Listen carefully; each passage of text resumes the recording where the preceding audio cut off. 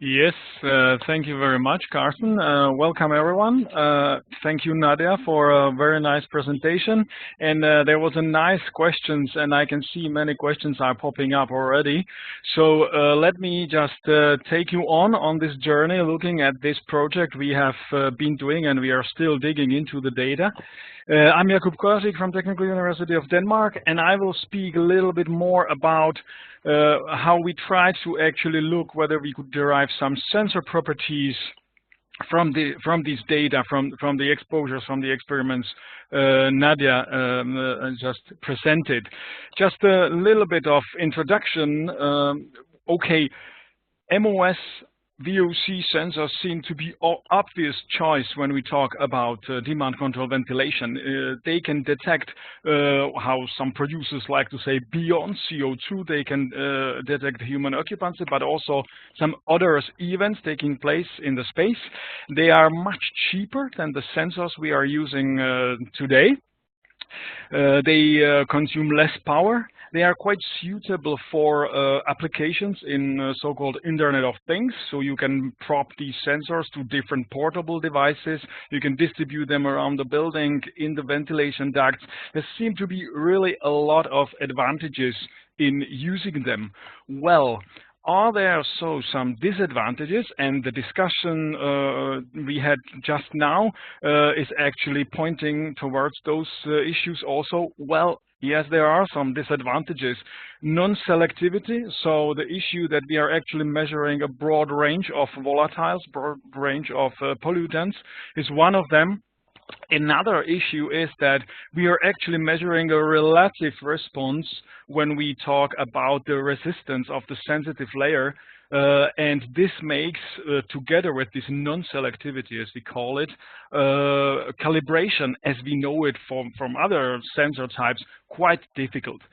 Some producers are to solve this issue or work with this issue by implementing so-called CO2 equivalent signal. There has been quite a lot of research on that in Germany some time ago.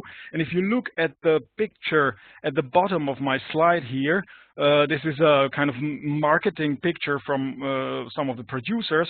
You see a green line showing the pure CO2 signal, and then you have a blue signal, which is a VOC signal, CO2 equivalent signal. You can see that these two signals copy each other, but we can see the odorous events which are detected by the blue signal, by the VOC sensor. Well, this is how it looks, or how it should look, like an ideal case.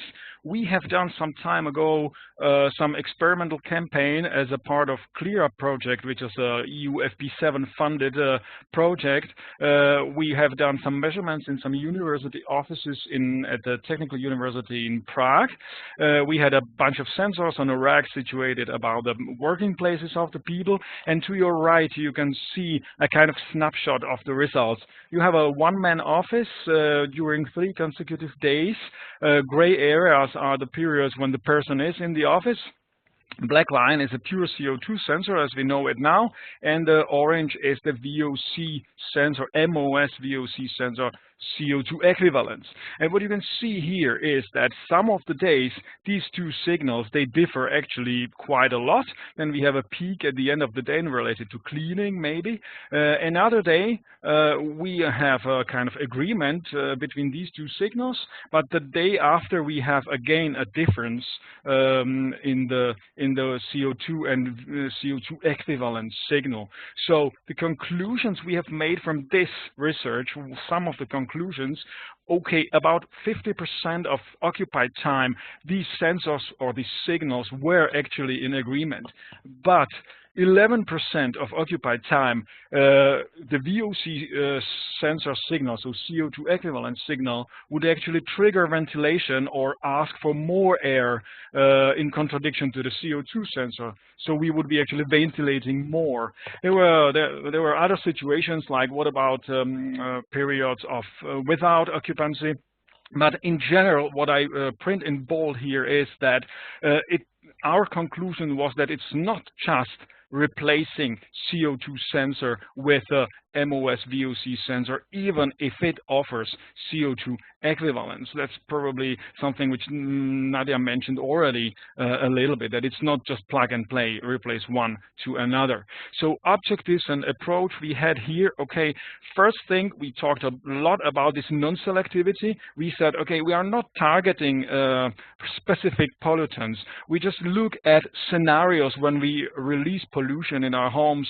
We paint, we cook, we gather together and sing songs, as we have on this slide here. But in general, we have a kind of scenarios, we call it activities here, pollution events, you may call it, where we try to monitor, we try to gather data from this sensor and hopefully get some insight into the classical properties of the sensors, like linearity, sensitivity, hysteresis of the response, which we know from relative humidity sensors or CO2 sensors normally. And then we could have a look how we can actually make use of these MOS VOC sensors better in terms of demand control ventilation.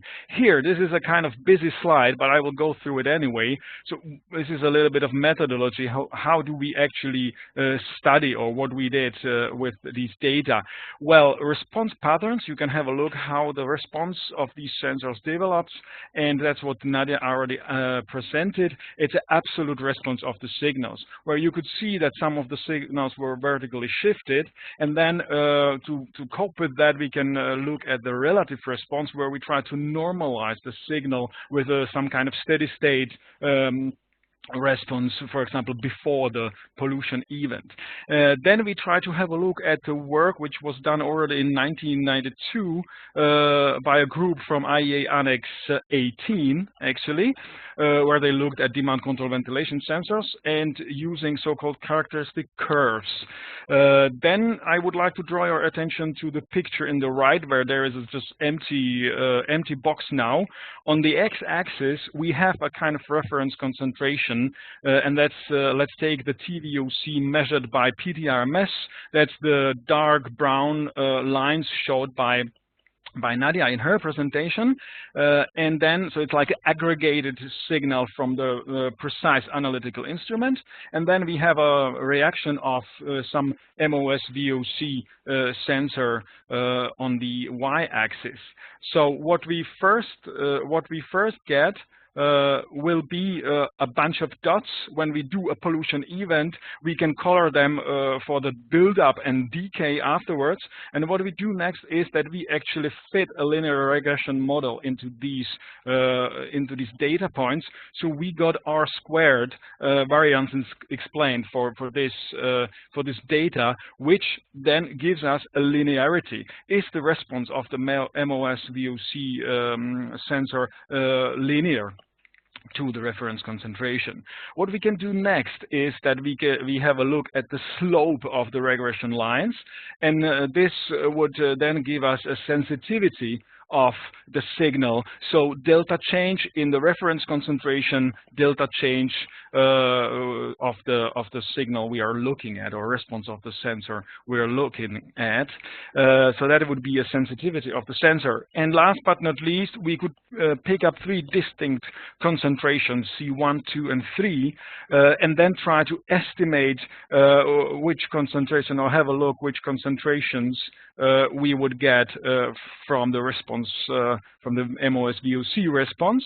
And then if we have a look at build-up and decay curves, we would take differences in these, H1, H2, and 3, and according to the methodology developed by the Annex 18, we would take a maximum of those and call this hysteresis of the sensor signal. So this is basically what we have been what we are looking at. I will not go through all of these because we don't have time for that, but I will try to give you a snapshot of what we are analyzing here. This is a slide where I don't have to spend that much time on. This has been presented by Nadia. The sensors we have been testing, the pollution events, activities we have been looking at the Energy Flex office at Danish Technological Institute, which was our playground, which was our test chamber. Well, if we have a look at some of the results, Here, the first slide, I would like to talk about absolute versus relative response. So we have a cleaning event here. So we try to do some cleaning with a detergent. And to your left, we can see the reaction of two types of sensors, and we have 2 units each on this graph. This is the response signal, absolute response. So we have seen this already earlier in Nadia's presentation. To your right, you have a relative response. So this signal is normalized by the steady state concentration after the night when the chamber was ventilated and there was no pollution event happening during the night. You can see that when you use the normalized signal, you can actually better check whether the patterns are the same because you get rid of this vertical shift in the sensor data.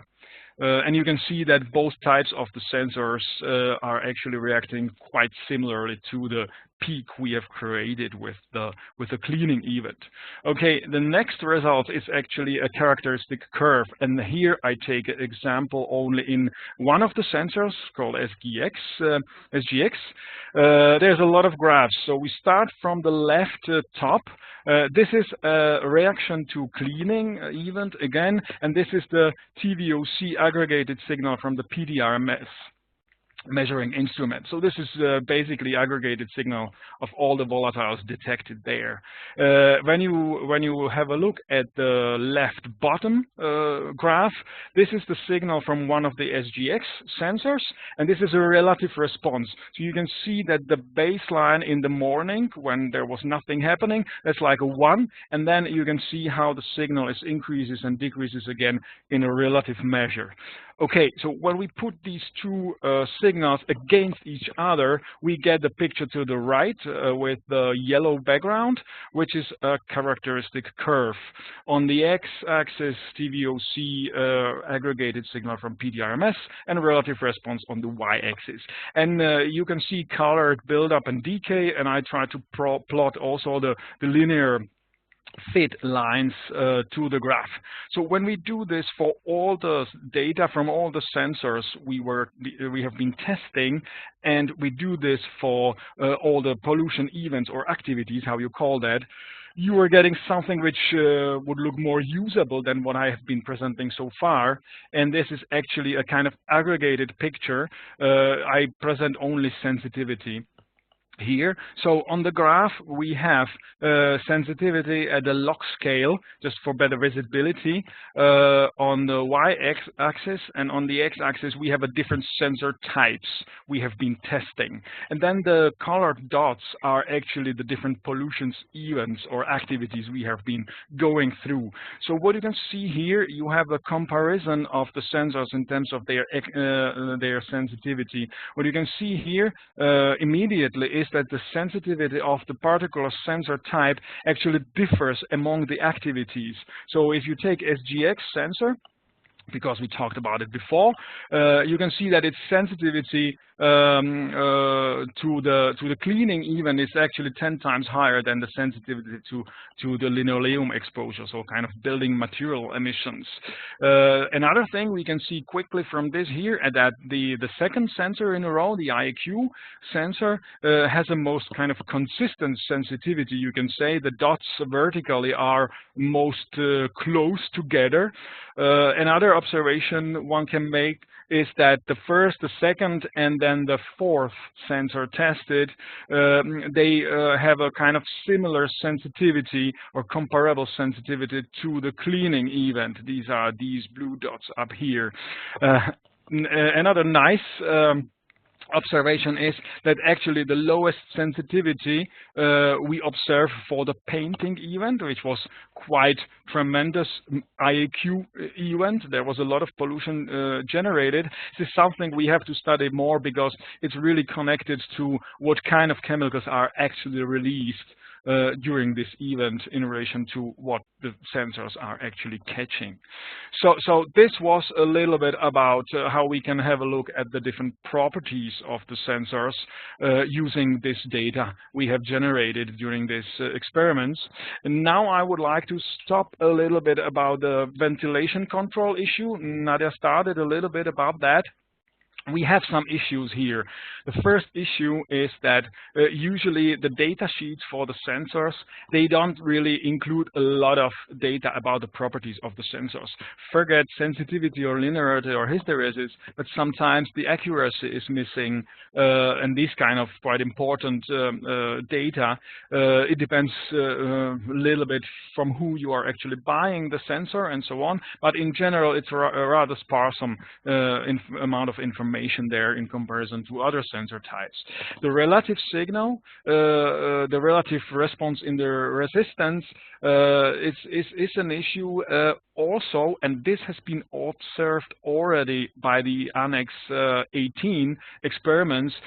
If you take several sensors from one producer, but you connect them to the different electronics, they would actually end up giving different response at the same conditions. So this is also a precaution which when we have to consider when we talk about ventilation control. Auto-calibration, I don't have that much time going into details here about this, but this is basically most of the sensors have a kind of auto-calibration algorithm. The danger with non-selective sensor is that the sensor just auto-calibrates itself to high pollution levels, because if you leave it in a room which is not ventilated, then there is a strong emission. After some time where the concentration is not changing enough, the sensor will just say, okay, this is my baseline, and then start measuring from that. Quite dangerous issue, I would say, for ventilation control. And definition of set point is actually problematic because of a broad range of sensitivity and a kind of relative nature of the response of the sensors. So what I will now propose here, or I will talk a little bit about, okay, we try to maybe use the relative response or normalized response from the sensors during these different activities to derive some minimum maximum concentrations we can work with. To be more specific, what you see to the right is a classical demand control ventilation. If we take a CO2-based demand control ventilation, we have some minimum flow below, let's say, 800 ppm of CO2. And then if the concentration increases, we gradually increase the airflow. And over 1,000, we say, okay, we go with maximum flow. Pretty easy for CO2-based ventilation control. But if you have a MOS VOC sensor, what should then be the limit concentrations? We just said that 800 ppm CO2 is not 800 ppm CO2 equivalent in many cases. So what we would like to propose here, or it's at least interesting thing to look at, is, okay, we take a reference activity, and my one example here will be quite extreme event, evaporation of ethanol, which is one of the exposures we made. And we say, okay, we have a relative concentration 1. This is this background level, and immediately we are over this. Something is happening. We have a pollution event, so we will be increasing ventilation here. And then the maximum ethanol peak, at the maximum peak of ethanol, we could observe on one of the sensors, for example, almost 4 times higher relative signal. So we would say every time when we are measuring with this MOS VOC sensor and the relative concentration goes 4 times more than the baseline, we would need to ventilate at max flow. But of course, the danger here is, or the issue here is, that you can choose your reference activity. So if we would use cleaning as a reference activity, you can see that the maximum would then be like 2 times. So here we have to be careful which characteristic activity is related to the premises we want to ventilate. Just one last slide about the results here. This is a bar chart summarizing all the events, or some of the events we have been testing. So on X, you have cleaning with detergent, painting, linoleum, bioeffluents, ethanol, and cooking. And on the Y-axis, we have a percentage of this maximum range defined by ethanol exposure, which would be used, or which was used, for the 2 sensors, SGX and IAQ, just give an example, during the other events. And you can see that painting was leading to the same relative change or higher relative change like ethanol, so we would be ventilating max flow also for this event. But if we would kind of calibrate our ventilation control on ethanol and use it for human bioeffluents or cooking and cleaning, at peaks, pollution peaks at these activities, we would actually increase the airflow just 30% of that range defined for ethanol. So this is a suggestion how this could be handled if we don't know what is the driving pollutant for our premises. So just to give you some concluding remark and a little bit of future work we want to do before we jump to discussion. When we normalize the signal, it gives us better overview about the response patterns, but this normalization will not eliminate the danger of auto-calibrating. This has to be handled in another way. Another issue is how can we do the normalization online in the controller? What would we be selecting as a baseline, and so on. Another point would be that our experiments actually show that the sensitivity differs for particular sensor to different activities, and that's why we will be now digging into the detailed PTRMS data, not only aggregated signal, to find the driving pollutants for the different pollution scenarios and try to see whether we can actually work with them. But if the driving pollutant is not known, then one thing to try would be to use the reference activity to kind of calibrate the ventilation control. But we must say or confess that we need to test this in the practical ventilation control setup. So far, we have just looked at the data from the laboratory. Okay, so with this, I would like to finish my presentation here.